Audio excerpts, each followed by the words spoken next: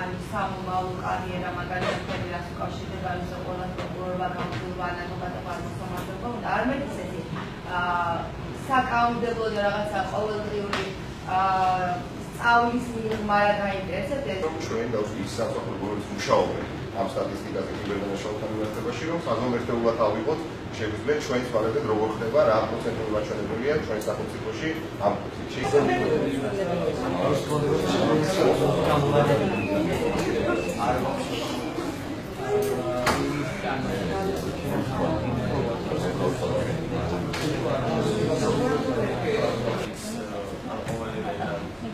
ცოდნის გამყარებას კიბერდანაშაულის შესახებ. თავისუფალ დროს სწავლასთან პარალელურად მუშაობს და თავისუფალ დროს თვითონ არ არის.